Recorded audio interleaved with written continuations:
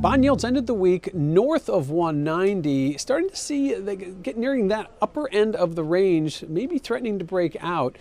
Stocks continue to soar, and we see commodity prices very mixed with higher to steady levels, but the bond market's seen some selling here over the last several weeks as we get closer to year end. The aforementioned range started out as about 170 to 190, then it widened out 170 to 195, and it's still holding that range, but 2% lurks right around the corner, and that is going to be a very pivotal level. Can we push through that 2%? And if we can, it's going to see, I think, a lot more sellers. There's been a lot of buying on this down move as the market, there's still a lot of uncertainty in first quarter, how this is all going to look, whether it's impeachment risk, whether it is economic risk, Fed risk, you name it, global growth risk. It's all still out there, but it just isn't being focused on right now. And what the market is doing is we're seeing equities continue to climb.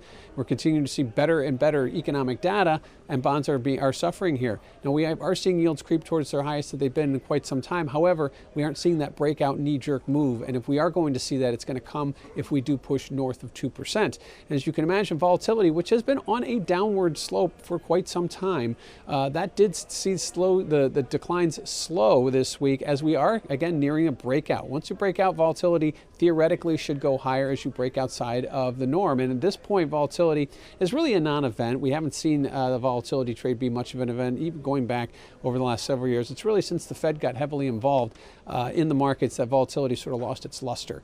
But right now, seeing yields kind of creep towards the upper end of that range again suggests that volatility may see a bid if we can break above. I'm going to say 2% here is kind of the level in 10-year. We haven't done that. We haven't been above 2% in 10-year going back to the first quarter. So it's been quite a long time. And if the market can nudge north of there, that's going to be something significant. Looking ahead, really, it becomes a holiday market trade. I think at this point, as year end will be sort of the next it moment. In the first week of the year, we have some key events. Obviously, we've got the FOMC minutes from the December FOMC.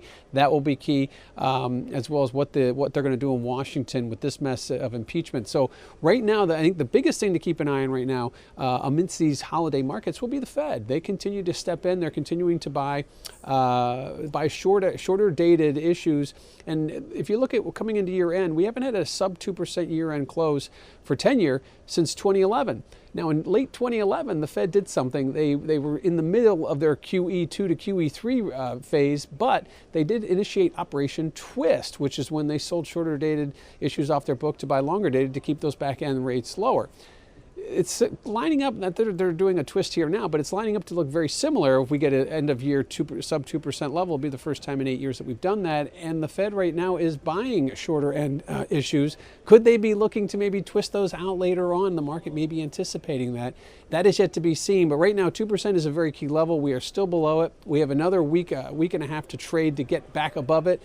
But at this point, it looks like it's going to be a slow and steady trade towards 2%, but I don't think we get there by year end, as bonds remain very much a risk-averse type of position, with equities on all-time highs and with gold kind of trading in the middle of its range. There's still a suggestion out there that there is some risk in first quarter, and right now the bond market, while it's trading lower, hasn't seen that big move to say, hey, everything's all clear. So right now, going into year end, I expect 10 years to hover below 2%. It's going to take some real economic data to see if we can get north of that 2% line, a line that's eluded the market for quite some time.